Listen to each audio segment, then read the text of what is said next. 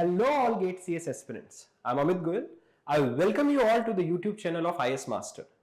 In the Master Concept series for GATE CS 2024, we are discussing the subject of theory of computation.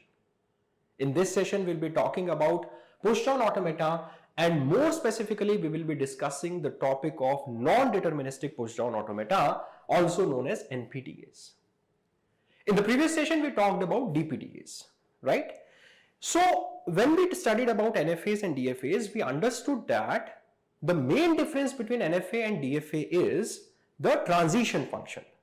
In NFA, the transition function is non-deterministic, while in DFA, the transition function is deterministic. The exact same thing happens here. In DPDA, the transition function is deterministic. In NPDA, the transition function is going to be non-deterministic. A very important and interesting question which arises now is, what is the order of the power between NPDA and DPDA? When we considered NFA and DFA, we knew and understood that their power is equivalent, right? They accept the same set of languages called regular languages. But when we come to NPDAs and DPDAs, what is the order? This is very interesting to know. Are NPDAs more powerful? Are DPDAs more powerful? Or are they equivalent in power? The answer is NPDA is more powerful. We'll understand this in this session. So let's see. So first of all, let's see this question. This will give you the idea that what is it that we are going to discuss in the topic of NPDAs, right? So construct a PDA for the language L. Language given to you is WCWR, where W is A, B plus and R represents reversal and C is a symbol. Alright. So first of all, let us try to understand the question in a proper way. So the question says very simply that the language is WCWR, that is any combination of A, B, but at least one symbol should be there. It is A, B plus. It's not A, B star. Epsilon is not allowed, right? So you will take one combination out of WCWR. When I say you will take one combination of A, B plus, right? There are many strings in A, B plus. You will take one string out of that, and the reverse of that string you will append with a C in between, right? So basically, for example, one of the strings can be AB and the reverse of it is BA, and then there is a C in between, right? All right. So this is what the language is. All right. Now the question says that you have to construct a PDA for the same, and the acceptance is by final state. All right. So acceptance has to be done by final state. That is very important. Now we saw there are two methods. One is acceptance by final state and other is acceptance by empty stack. When I say acceptance by final state, so the trace should reach the final state. When I say acceptance by empty stack, we say that the trace should lead to an empty stack. All right. So this was the subtle difference. There is not a big difference. This is a very small and minor subtle difference. All right. Now, so अब हम कैसे समझें इस बात को कि इसका DFPDA कैसे बनाया जाए? तो सबसे पहले तो हमें यह समझना है कि इसके लिए क्या हम डिटरमिनिस्टिक PDA बना सकेंगे या हमें नॉन डिटरमिनिस्टिक PDA की बात करनी पड़ेगी. जब हमने डिटरमिनिस्टिक PDA की बात करी तो हमारा PDA का ट्रांजिशन फंक्शन कैसे दिखता था? Q cross sigma union epsilon cross tau to Q cross tau star. अगर मेरा ट्रांजिशन फंक्शन डिटरमिनिस्टिक हुआ तो मैं DPDA बना पाऊंगा. अगर मैं जो ट्रांजिशन फंक्शन लिख रहा हूं वो डिटरमिनिस्टिक नहीं बन पाया तो वो मेरा NPDA बन जाएगा. तो बेसिक अंडरस्टैंडिंग तो यही है. ऑलराइट. नाउ अब हम पहले सोचते हैं कि इसे किस तरह से बनाएं. हमें एक स्टैक की तो जरूरत है ही. क्यों? क्योंकि हमें W और WR को मैच करना है. अगर मैं W और WR को मैच ही नहीं कर पाऊंगा तो मैं स्ट्रिंग्स को कैसे एक्सेप्ट करूंगा? और मैच करने के लिए मुझे इनफाइनाइट मेमोरी की जरूरत है, because W itself is infinite. तो एक इनफाइनाइट मेमोरी में मैं पहले W को स्टोर कर लूंगा, which is my stack, and then WR से उसे चेक करता रहूंगा. जब WR आना शुरू होगा तो इज इट मैचिंग और नॉट. सो फॉर एग्जांपल, जैसे यहां पे एग्जांपल है ABCBA, तो मैं क्या करूंगा, जैसे ही इनिशियली मेरे पास Z0 रहेगा, Z0 के बाद जैसे ही सबसे पहले A आया तो मैं उसे पुश कर दूंगा, फिर B आया तो मैं उसे पुश कर दूंगा, देन उसके बाद C आएगा तो C is basically telling me now it is the time when you have to start popping up. That is when you have to start the matching. Alright? तो अब आप मैचिंग शुरू करेंगे, जैसे ही B आया, B से B मैच हो गया, आपने इसे पॉप कर दिया, फिर उसके बाद A आया, A से A मैच हो गया, आपने इसे पॉप कर दिया, finally you found Z0 and यहां पर आपकी स्ट्रिंग खत्म हो गई, तो you can assume epsilon is there, epsilon Z0 पे आप कहां जा सकते हैं, फाइनल स्टेट पे जा सकते हैं। तो अब बेसिकली यहां पे जो समझ में आ रहा है हमें कि हमारा जो ट्रांजिशन फंक्शन जो मैं लिखना चाह रहा हूं वो मैं एक डिटरमिनिस्टिक ट्रांजिशन फंक्शन बहुत इजीली लिख सकता हूं, तो इसलिए मेरा जो ये यहां पे पुश डाउन ऑटोमेटा बनेगा वो डिटरमिनिस्टिक रहेगा, राइट? तो मैंने फिर से एक डिटरमिनिस्टिक पुश डाउन ऑटोमेटा का एग्जांपल दिया जिससे मैं एक मोटिवेटिंग एग्जांपल ले पाऊं, जिससे आप समझ पाएं कि एनपीडीए बनाने की क्या जरूरत पड़े।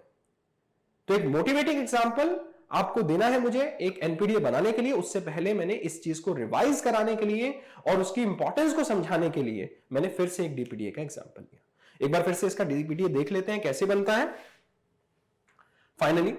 तो हम कर क्या रहे हैं बेसिकली, इनिशियली जब तक सी ना आ जाए, जब तक मेरा सी नहीं आ जाता तब तक मैं क्या करूंगा, पुशिंग, जैसे ही सी आएगा उसके बाद मैं क्या कर दूंगा, पॉपिंग शुरू, और फाइनली अगर मुझे एप्सिलॉन Z0 मिल जाता है, मेरे इनपुट स्ट्रिंग पे एप्सिलॉन है, मतलब स्ट्रिंग खत्म हो चुकी है और यहां पर फाइनली मेरे स्टैक पे Z0 है, तो फिर मैं एक्सेप्टेंस कर सकता हूं। सिंपल सा आइडिया है और कुछ भी नहीं है। ऑलराइट, तो लेट्स सी, यहां पे इनिशियली मैं Q0 पे हूं, अगर इनिशियली A आया और Z0 मेरे टॉप ऑफ द स्टैक पे है तो मैंने इसको पुश कर दिया, B आया, Z0 top of the stack पे है, फिर से मैंने पुश कर दिया, राइट? अगर A आएगा, अगर top of the stack is also A, फिर से पुशिंग है, B आया तब भी पुशिंग है, B भी कर दिया है, A भी है तो फिर मैंने A भी कर दिया। अगेन इंपॉर्टेंट है ये, हमने जब A देखा इनपुट सिंबल, B मेरा टॉप ऑफ द स्टैक पे था, तो B एक बार के लिए जैसे ही मैंने टॉप ऑफ द स्टैक को देख लिया तो B comes out. I have discussed this in the previous session in very detail, right? In great details I have discussed this point कि भाई जब आपने पॉप कर लिया, जब आपने सिंबल को देखा तो वो सिंबल पॉप हो चुका है, स्टैक से पॉप हो चुका है, अगर आपको दोबारा डालना है तो you have to write it specifically, right? तो सिमिलरली यहां पे क्या हो गया, अब आपको A भी पुश करना है और B भी पुश करना है, तो पहले B जाएगा और फिर A आएगा। तो इसको लिखेंगे कैसे, A B, क्यों? क्योंकि इसको हम इस तरह से डालेंगे, ऑलराइट? तो पहले हम डालेंगे इसे राइट टू लेफ्ट, तो B पहले आएगा और उसके बाद A आएगा, ऑलराइट? ठीक है। सो सिमिलरली अगर top of the stack is A and B is my input symbol, तो then I will push B। इसका क्या मतलब है, पहले A आएगा देन B आएगा। मैंने A ऑब्जर्व किया था तो A को वापस से डाल दिया और फिर B को भी डाल दिया। ऑलराइट, सिंपल है। तो this portion Q0 is all about pushing. Now when we come to Q1, Q1 पे हम कब जाएंगे, जब मुझे C दिख जाएगा और C मेरे को क्या बताता है कि अब I have reached to the middle part of the string, now I can start doing the popping, right? तो जब मुझे C दिखता है तो मुझे क्या करना है, अगर C मुझे दिखा जब ऑलरेडी एक A आ चुका है, already top of the stack is A, तो फिर से मैं A को पुश कर दूंगा। सिमिलरली जब C मुझे जब दिखा जब top of the stack is B, तो फिर से मैं B को पुश कर दूंगा। ऑलराइट, तो बेसिकली ये क्यों किया मैंने, क्योंकि जब मैं टॉप ऑफ द स्टैक को देखता हूं तो that symbol gets popped, I have to push it again. Alright, now once C has come, now I should start doing the popping। popping के क्या प्रिंसिपल्स रहेंगे, A अगर A से match हो जाता है then I go to then I remain in the same state but I will pop out that symbol, I will not push anything, the popping has started, right? तो A पे अगर A आया तो मैंने pop कर दिया, B पे अगर B आया तो पॉप कर दिया। फाइनली अगर मेरा सारा स्ट्रिंग खत्म हो जाता है, फाइनली अगर मेरा सारा स्ट्रिंग खत्म हो जाता है, Z0 मेरा टॉप ऑफ द स्टैक है, I will again push Z0 and reach the final state. अगर इसी में मुझे एक्सेप्टेंस बाय एम्प्टी स्टैक बनाना था तो मैं क्या करता, यहीं पे एक एक्स्ट्रा मूव लिख देता, एप्सिलॉन Z0 एप्सिलॉन। अगर मेरा अगर मैं एप्सिलॉन रीड करता हूं, top of the stack is Z0, then I do not push anything, by stack becomes empty, even Z0 is not there, this is also an acceptance condition। तो इस तरीके से हम acceptance by empty stack से भी बना सकते थे। तो this is briefly how you will draw the automata। एक इंपॉर्टेंट पॉइंट जो मुझे डिस्कस करना है यहां पे कि अगर मुझे किसी स्ट्रिंग को एक्सेप्ट करना है तो आइडिया क्या है, the trace should reach the final state, should reach the final state. But अगर किसी स्ट्रिंग को मुझे रिजेक्ट करना है तो उसके क्या तरीके हो सकते हैं, एक तो हम फाइनल स्टेट पे नहीं पहुंचे तब भी वो रिजेक्ट हो जाएगी। एक और तरीका क्या हो सकता है, अगर हम किसी स्टेट पे पहुंचे और जो कॉन्फ़िगरेशन मेरा बन रहा है इनपुट सिंबल का, स्टैक का, और साथ ही साथ में जो मेरी स्टेट है उस पे कोई ट्रांजिशन डिफाइंड नहीं है, तब भी मेरा वो कॉन्फ़िगरेशन ना होने की वजह से वो स्ट्रिंग किल हो जाएगा, राइट? ये बहुत बहुत इंपॉर्टेंट पॉइंट है, सटल पॉइंट है। जैसे एक बार फिर से इस बात को समझते हैं। जैसे मान लीजिए अभी तो मैंने जैसे स्ट्रिंग लिया आपका ABCBA, अगर मान लीजिए कि यहां पर अगर मेरा स्ट्रिंग हो जाता ABC लेट्स से BB, तब क्या होता, फर्स्ट A पे मैं पुश करने वाला था, Z0 रहता, A पे पुश हो गया, B पे भी पुशिंग हो गई, नाउ C पे पुश नहीं होता, I would have reached to the state Q1, C पे B देखते हैं, हम दोबारा से B को पुश कर देते हैं, ऑलराइट? नाउ अब फिर से B आया, B से B पॉप हो जाएगा बिकॉज ऑफ दिस ट्रांजिशन, ये भी गया, और now I have reached to this B, now this is B and now on the top of the stack I have A। Now what to do, जब आप Q1 पे देखते हैं तो A पे A आए तब हमें पता है ट्रांजिशन क्या है, B पे B आए तब मुझे पता है, लेकिन अगर B पे A आ गया तो मुझे नहीं पता कि मुझे क्या करना है। तो इट डज नॉट मीन कि आप Q1 पे ही रहेंगे, नहीं, इसका मतलब ये बिल्कुल भी नहीं है कि आप Q1 पे रहिए क्योंकि आपको ट्रांजिशन नहीं पता। इसका मतलब ये है you have to kill this path, ठीक है? तो अब यहां पर ABC BB होने की वजह से B, A होने, B is my input symbol, A is my top of stack, ऐसा कोई ट्रांजिशन यहां पे नहीं लिखा है Q1 पे। It only tells AA as well as BB, it does not tell anything like AB और BA। तो जब ये इस तरह की कोई चीज बता ही नहीं रहा है तो यहां पर मेरी ये जो स्ट्रिंग है इट गेट्स किल्ड, यहां पर ये स्ट्रिंग रिजेक्ट हो जाएगी, ऑलराइट? तो रिजेक्शन के दो तरीके हो सकते हैं, एक तो बिल्कुल क्लियर है कि हम फाइनल स्टेट पे नहीं पहुंच पाए, that is also one way, और ये वाला तरीका जी अगर हम किसी स्टेट पे है वहां पर ट्रांजिशन डिफाइंड ही नहीं है मेरी स्ट्रिंग पे, तब भी वो स्ट्रिंग किल हो जाएगी, ऑलराइट? ये बहुत बहुत इंपॉर्टेंट पॉइंट है, you should be very very clear about it, alright? So that's all about this example कि यहां पर हम डीपीडीए बहुत इजीली बना सकते हैं, alright? Now let's see another interesting example, all right, yeah. So another motivating, so this example becomes my motivating examples for NPTEs. Let's see, my language is WWR and W belongs to A comma B plus, R represents reversal. Same thing, I have removed the C from between. Now that C was telling me, वो C मुझे ये बता रहा था कि कब मुझे popping शुरू करनी है। अब मेरे पास वो C नहीं है जो मुझे बता पाएगा कि now I can start the popping, और इस वजह से मैं यहां पर DPDA नहीं बना सकता। Can DPDA accept L? The answer is no. Do we need additional power? The answer is yes. I need non-determinism, and this power will be given to me by something known as NPT. So non-determinism in finite automata was not adding any power, but non-determinism in push-down automata is giving me additional power, and this is the motivating example which is telling you the story, all right?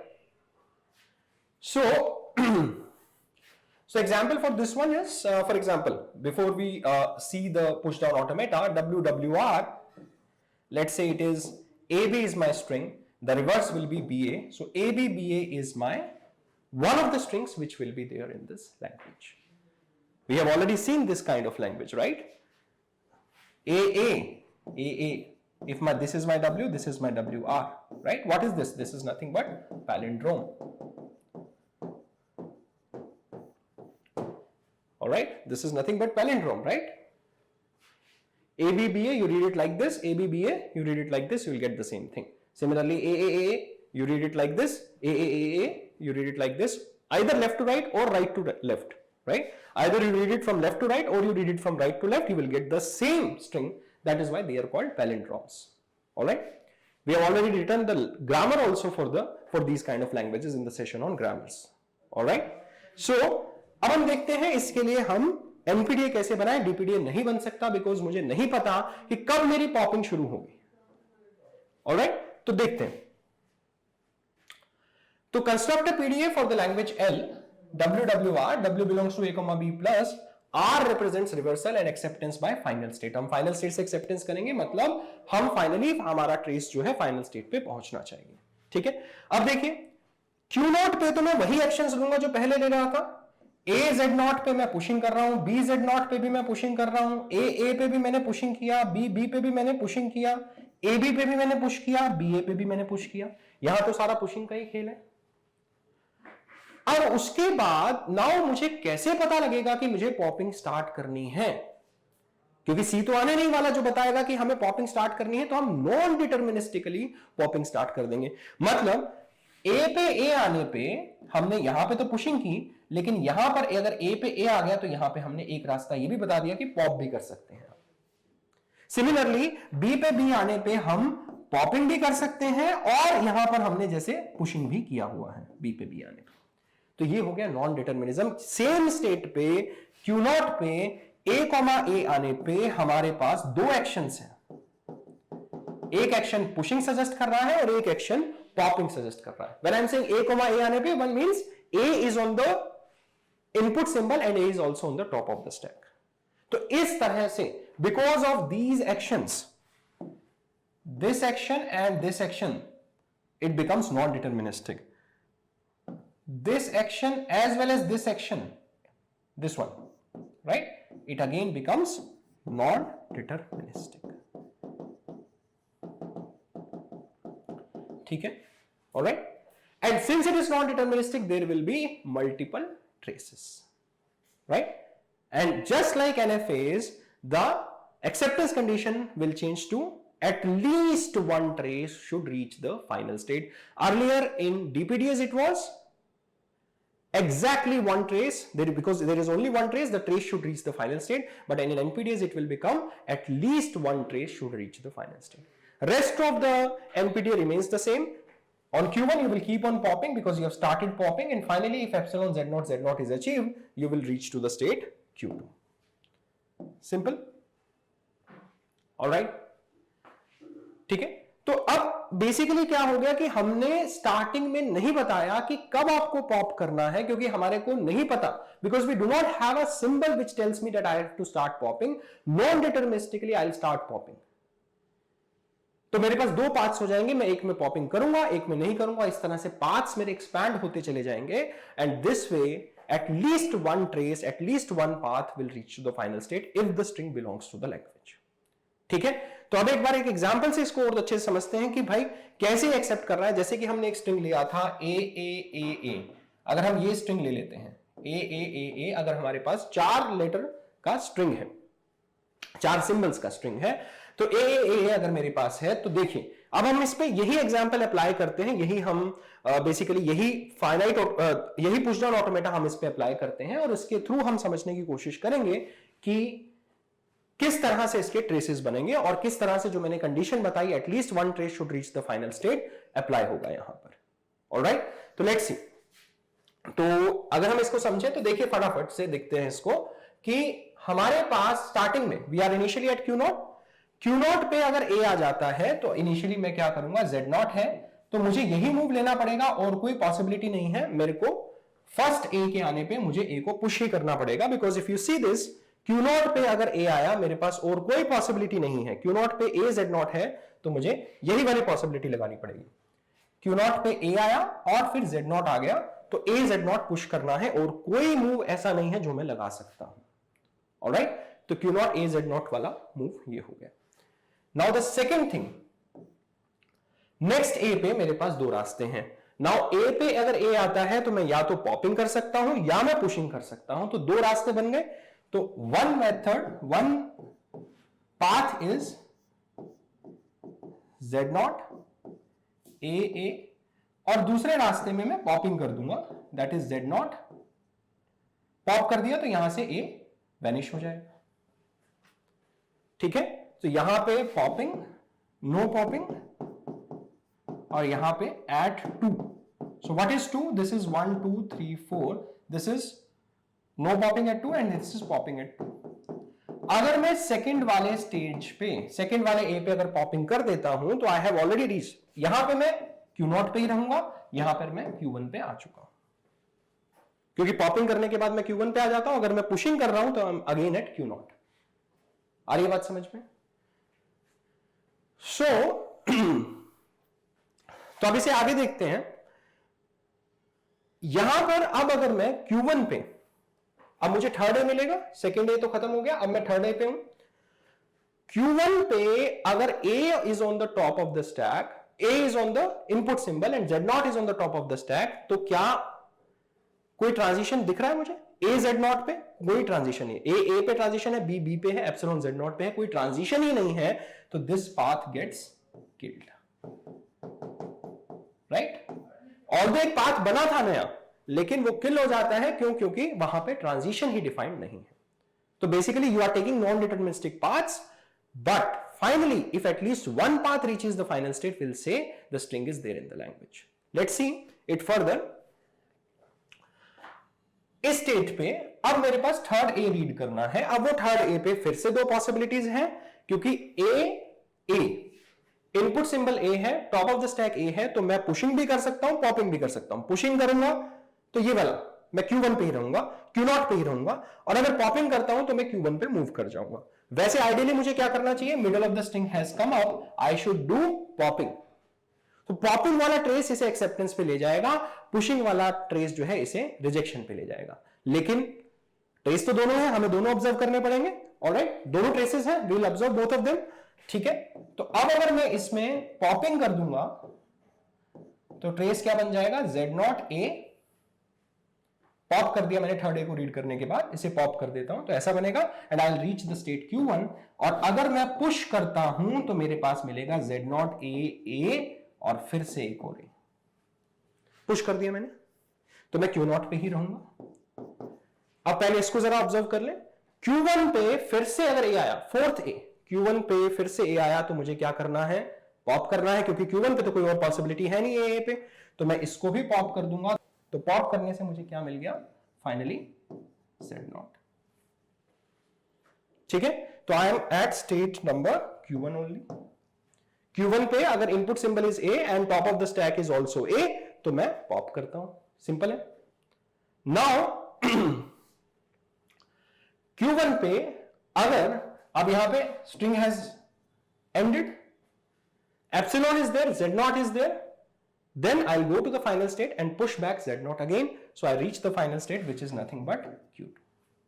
So therefore this string is accepted. Now जो other traces हैं वो भी reject हो जाएंगे, ये trace एक accept हो गया है, I am done. At least one trace should reach the final state. मेरा एक ट्रेस फाइनल स्टेट पे पहुंच चुका है। तो जब नॉन डिटर्मिनिज्म की बात आ जाए, जब मुझे पता नहीं है कब पुशिंग करनी है, कब पॉपिंग करनी है, जब मैं नॉन डिटर्मिनिस्टिकली इन चीजों को लिखूंगा, तो मेरे को एक एनपीडीए की रिक्वायरमेंट है। This is basically the importance and motivation of having NPDAs. ठीक है, अब इसको मैं जस्ट ब्रीफली थोड़ा सा बता देता हूं कि जैसे मान लीजिए अब फोर्थ ए पे क्या करना है। फोर्थ ए पे अब यहां पे हमने क्या किया? थर्ड ए को भी पुश कर दिया था। अब फोर्थ ए पे दो पॉसिबिलिटीज है, मैं पुश भी कर सकता हूं और पॉप भी कर सकता हूं। ठीक है, तो अगर मैं पुश करता हूं तो कैसा बनेगा? मैं यहां पे लिख देता हूं इसे। अगर मैं पुश करूंगा तो कैसा दिखेगा मुझे? 4A पुश हो जाएंगे और मेरा स्टेट क्या रहेगा? और नीचे Z0 रहेगा और मेरा स्टेट क्या बन जाएगा? Q0 ही। और अगर मैं पॉप कर देता हूं, A में A आने पे अगर मैं पॉप कर देता हूं तो मेरे पास 2A बचेंगे स्टैक में और Z0 मेरा बॉटम पे रहेगा। यहां पे मेरा स्टेट Q1 हो जाएगा, यहां पे मेरा स्टेट Q0 रहेगा। ऐसा क्यों? क्योंकि इनिशियली मैं Q0 पे हूं। Q0 पे अगर पुशिंग करनी है तो मैं इसी स्टेट पे रहूंगा, अगर पॉपिंग करनी है तो मैं Q1 पे आ जाऊंगा। अब फाइनली मेरा कहां पे हूं मैं? यहां पे। I have reached epsilon, I have reached the end of the string, so therefore I can assume epsilon is there, right? अब epsilon comma A, that is top of the stack is A and epsilon is my input symbol, that is nothing is my input symbol, उस case में दोनों ही states पे transition defined नहीं है. Can you see epsilon comma A anywhere? Nowhere. Similarly epsilon comma A anywhere, can you see on Q1? Right? Nowhere. This is AA, this is BB, this is epsilon Z0, this is AZ0, BZ0, AA, BB, AA, BB, AB, BA. Epsilon comma A is nowhere. So therefore both these traces also gets rejected. At least one trace has reached the final state, therefore the string belongs to the language. Alright, so this is basically the main theory for non-deterministic push-down automata. Alright, now if I have to define the heptatuple for non-deterministic push-down automata, it remains the same. Q is my set of states. Sigma is, the only change will come in the transition function, that's it.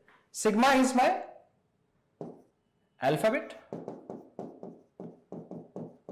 So in this case the set of states was Q0, Q1, Q2.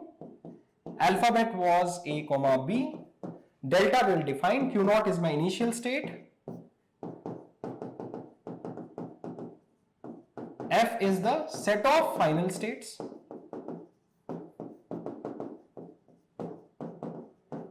That is, in this case only one state is final, that is Q2. Now what is Z0? Z0 is the initial stack symbol or the bottom of the stack, you can call it anyway. And tau is my stack alphabet. The stack alphabet in this case was, we were pushing and popping. So in the stack we had A's and B's both. We can put B also in the stack as we are pushing B's also. You can see B, Z0.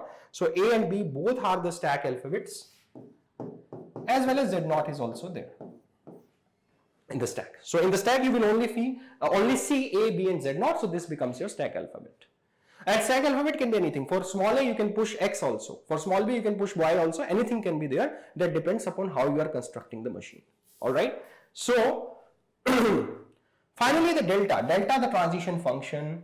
The transition function for deterministic push-down automata was Q cross sigma union epsilon cross tau to Q cross tau star. Now what will be the change? What will be the change here? This will remain same. Q cross sigma union epsilon cross tau to 2 raised to power Q cross tau star. This is the change. Earlier it was mapping to Q cross tau star. Now it is mapping to the power set of 2 raised to power set of Q cross tau star. That is a subset of Q cross tau star. Okay? You can have multiple transitions, you will take a subset of Q cross tau star, or you, in other words, you can say you are mapping to the power set of Q cross tau star. Okay? This is the only subtle difference, there is no other difference. Alright?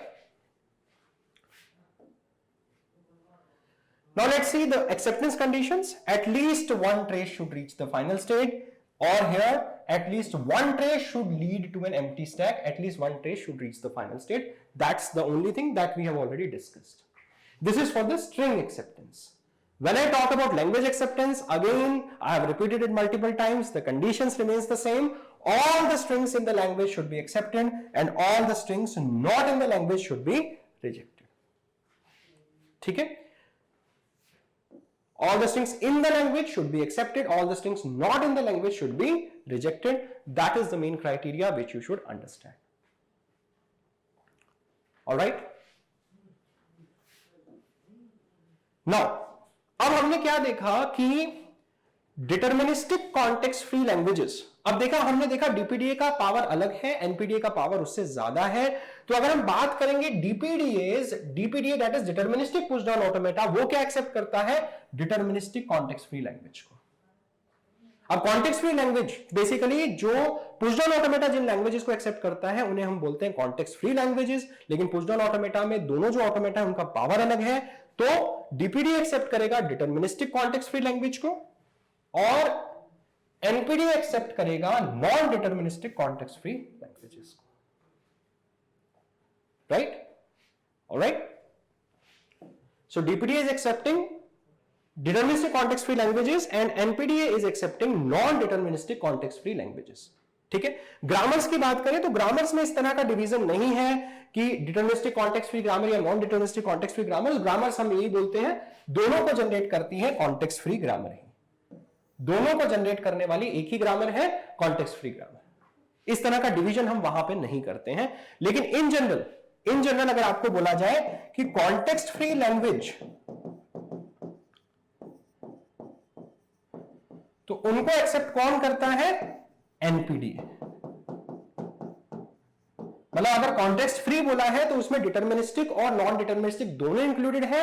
अगर दोनों included है तो हमें एनपीडीए की ही जरूरत पड़ेगी. Context free means both, that is deterministic as well as non deterministic. ठीक है, that is context free languages, they are accepted by push down automata. more specifically non deterministic push down automata चाहिए because उसकी power ज्यादा है, वो दोनों तरह की लैंग्वेजेस को एक्सेप्ट कर पाएगा. Alright, and they are generated by again context free grammars. तो अब हमने इतनी सारी लैंग्वेजेस देख ली हैं. हमने तीन तरह की लैंग्वेजेस देखी. एक हमने रेगुलर लैंग्वेजेस देखी, फिर हमने देखा डिटरमिनिस्टिक कॉन्टेक्स्ट फ्री लैंग्वेजेस, और फिर हमने देखी non deterministic context free languages. अब इनका ऑर्डर क्या है पावर का, वो अगर हम देखने की कोशिश करें, मतलब एक फाइनल ऑर्डर क्या बनता है, इस हायरार्की को हम क्या कहते हैं? चोम्स्की हायरार्की कहते हैं. उसको हम थोड़ा सा ब्रीफली समझ लेते हैं. लैंग्वेजेस की बात करें तो सबसे पहले हमने डिस्कस किया regular languages, then we move to DCFL, that is deterministic context free languages, जो थोड़ी सी और पावरफुल थी. एग्जांपल यहां पे a raised to power n, b raised to power m, where n comma m is greater than equals to 0. This is nothing but a star b star. DCFL की बात करें तो a raised to power n, b raised to power m, where n is greater than equals to 1. यहां पर हमें number of as को 20 से match करना है, तो हमें एक इनफाइनाइट मेमोरी की जरूरत है, जो कि हमें पुश डाउन ऑटोमेटा प्रोवाइड करता है. और CFL की बात करें तो यहां पर CFL मैंने वही बोला, अगर CFL बोल रहे हैं तो उसमें डिटरमिनिस्टिक और नॉन डिटरमिनिस्टिक दोनों पार्ट्स हैं. तो यहां पर अगर हम बात करें तो एक एग्जांपल मैं दूं तो जो हमने अभी डिस्कस किया, दैट इज WWR. हमें नहीं पता कब पुशिंग करनी है, कब पॉपिंग करनी है, तो non deterministically we have to start popping. तो इस एग्जांपल को हम डाल देंगे CFL के अंदर. और पावर का यही ऑर्डर है. हर रेगुलर लैंग्वेज DCFL भी है और CFL भी है, लेकिन हर CFL रेगुलर लैंग्वेज नहीं है. अगर हम बात करें रेगुलर लैंग्वेजेस की, तो रेगुलर लैंग्वेजेस को जनरेट कौन करता है? Regular grammars. और अगर हम कॉन्टेक्स्ट फ्री लैंग्वेज या फिर डिटरमिनिस्टिक कॉन्टेक्स्ट फ्री लैंग्वेज, दोनों को कौन जनरेट करता है? Context free grammars. ठीक है, अब बात करते हैं इनके एक्सेप्टेंस की. रेगुलर लैंग्वेजेस को एक्सेप्ट कौन करता है? Finite automata. DCFLs को एक्सेप्ट कौन करता है? DPDA, that is deterministic push down automata. और अगर CFL की बात करें तो इनको कौन एक्सेप्ट करता है? That is NPDA, that is non deterministic push down automata. वापस से let us repeat this thing once again कि अगर हम CFL की बात करते हैं तो उसमें डिटरमिनिस्टिक और नॉन डिटरमिनिस्टिक दोनों तरह के दोनों तरह के कॉन्टेक्स्ट फ्री लैंग्वेजेस आ जाती हैं. तो जब हम बोल रहे हैं CFLs को एक्सेप्ट कौन करता है, तो we should say NPDA, because उसके अंदर उसके पास ज्यादा पावर है, वो दोनों टाइप की लैंग्वेजेस को एक्सेप्ट कर पाएगा. अगर डिटरमिनिस्टिक है तब भी और नॉन डिटरमिनिस्टिक है तब भी. And CFL includes both of them. Alright, so this is basically the hierarchy of the languages. Right, this is called Chomsky hierarchy. हम इस हायरार्की को आगे और पढ़ेंगे जब हम ट्यूरिंग मशीन्स पढ़ेंगे, लीनियर बाउंडेड ऑटोमेटा पढ़ेंगे. तो ये फाइनल हायरार्की हम समझेंगे कि फाइनल जो है लैंग्वेजेस की पावर क्या है. और basically if you remember my lecture 1, the session 1, हमने बहुत क्लियरली आपसे डिस्कस किया कि यही पर्पस है of the subject of theory of computation, to understand the power of the languages, to understand the capabilities, to understand the power of the machines, I should say specifically, and to understand the capabilities of the machine, what it can do, what it cannot do. All this we study here.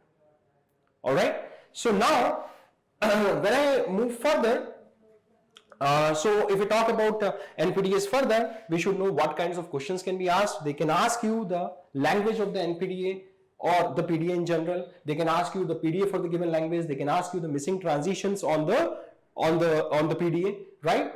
They can ask you whether you can make a DPDA or NPDA, or they can ask you the language is given is DCFL or CFL. How would you tell DCFL or CFL? If you can make a DPDA, you will say DCFL. If you can make an NPDA, you will say it is a CFL. All right? तो बहुत simple है, यही theory है इसके अंदर.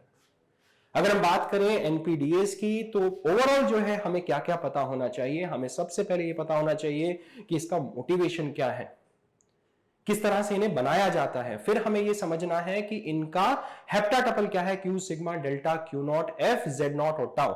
Transition function क्या है, Q cross sigma union epsilon cross tau to 2 raise to power Q cross tau star. ये बेसिकली हमें पता होना चाहिए। देन लैंग्वेज एक्सेप्टेंस कंडीशन क्या है, स्ट्रिंग एक्सेप्टेंस कंडीशन क्या है, देन कॉन्टेक्स्ट फ्री लैंग्वेजेस क्या है, डिटर्मिनिस्टिक कॉन्टेक्स्ट फ्री लैंग्वेजेस क्या है, ये हमें अच्छे समझ में आना चाहिए। देन हमें चॉम्स्की हायरार्की बहुत अच्छे समझ में आनी चाहिए। And then finally the types of questions that can be asked, हमें ये पता होना चाहिए। इसके अलावा इसमें कोई भी थ्योरी नहीं है। अगर इतना अच्छे से समझ में आता है, rest is all about practice. Alright, तो एक और एग्जांपल हम इस पे देखते हैं। For NPDS, construct a PDF of the language L which accepts strings in the format a raised to power I, b raised to power j, c raised to power k and d raised to power L, where either I is equals to k or j is equals to L, right? And I, j, k, L all are greater than equals to 1. तो क्या हम इसके लिए deterministic automata बना पाएंगे, deterministic push down automata बना पाएंगे? क्या हम नॉन डिटर्मिनिस्टिक बना पाएंगे? ये हमें सोचना है। So the answer is non-deterministic. Why? Because एक पाथ, हमें दो पाथ्स की जरूरत है। इनिशियली अगर हम स्टेट क्यू नॉट पे हैं, एक पाथ पे हम क्या करेंगे, चेक करेंगे I is equals to k, और दूसरे पाथ पे हम चेक करेंगे J is equals to L। ऐसा क्यों कर रहे हैं? क्योंकि इस पाथ में मैं क्या करूंगा, सबसे पहले मैं I को पुश कर लूंगा, मतलब A's को पुश करूंगा, एंड देन व्हेन C's कम, जब C आने शुरू हो जाएंगे तो मैं उन्हें पॉप करूंगा A's को, और अगर नंबर मैच कर गया I'll say accepted। दूसरे पाथ में मैं क्या कर रहा हूं कि अगर इस वाले पाथ में मैं A को कोई पुश नहीं करूंगा, मैं B's को पुश करूंगा, और जब D आएंगे तब मैं B's को पॉप करना शुरू कर दूंगा, और अगर उनका नंबर मैच हो गया तो फिर से मैं बोलूंगा इट इज एक्सेप्टेड। ऑलराइट, तो यही दो तरीके हैं। अगर मैं एक ही पाथ में ये दोनों काम नहीं कर सकता, बिल्कुल नहीं कर सकता। अगर मैंने A को पुश कर दिया और उसके बाद मैं कह रहा हूं B को भी पुश कर दूंगा, लेट्स से लाइक दिस, अगर A और B दोनों को मैंने इस तरह से पुश कर दिया, अब मैं जब C's आए, मान लीजिए मेरा स्ट्रिंग था A B B C, अब जब C's की बारी आई, C C let's say C C D, this is my string. अब जब C's की बारी आई, मुझे पॉप करना था A को, मैं कैसे करूं, बीच में B's है, तो एक पाथ में A और C का कंपैरिजन चलेगा और एक पाथ में B और D का चलेगा। दोनों कंपैरिजन एक ही पाथ में मैं नहीं कर सकता, क्योंकि जब A आ गए हैं तो बीच में B आ जाएंगे C से कंपैरिजन करने के टाइम पे। ऑलराइट, तो किस तरह से बनाऊंगा मैं इसे? इस पाथ में मैं क्या कर रहा हूं, A और C को कंपेयर कर रहा हूं, that is I is equals to K और नॉट, ये चेक कर रहा हूं, और यहां पर मैं B और D को कंपेयर कर रहा हूं। और इस तरह से बहुत इजीली आप जो है इसका finite automata, push down automata बना सकते हैं। Alright, so that's all about this session guys. We understood non-deterministic push down automata in this session. We have already discussed finite automata, we have already discussed regular expressions, we have already discussed grammars, we discussed push down automata. In the next session, we are starting with Turing machines, which is a very, very important topic. We'll understand this in detail in the next session, right? Thank you so much, guys.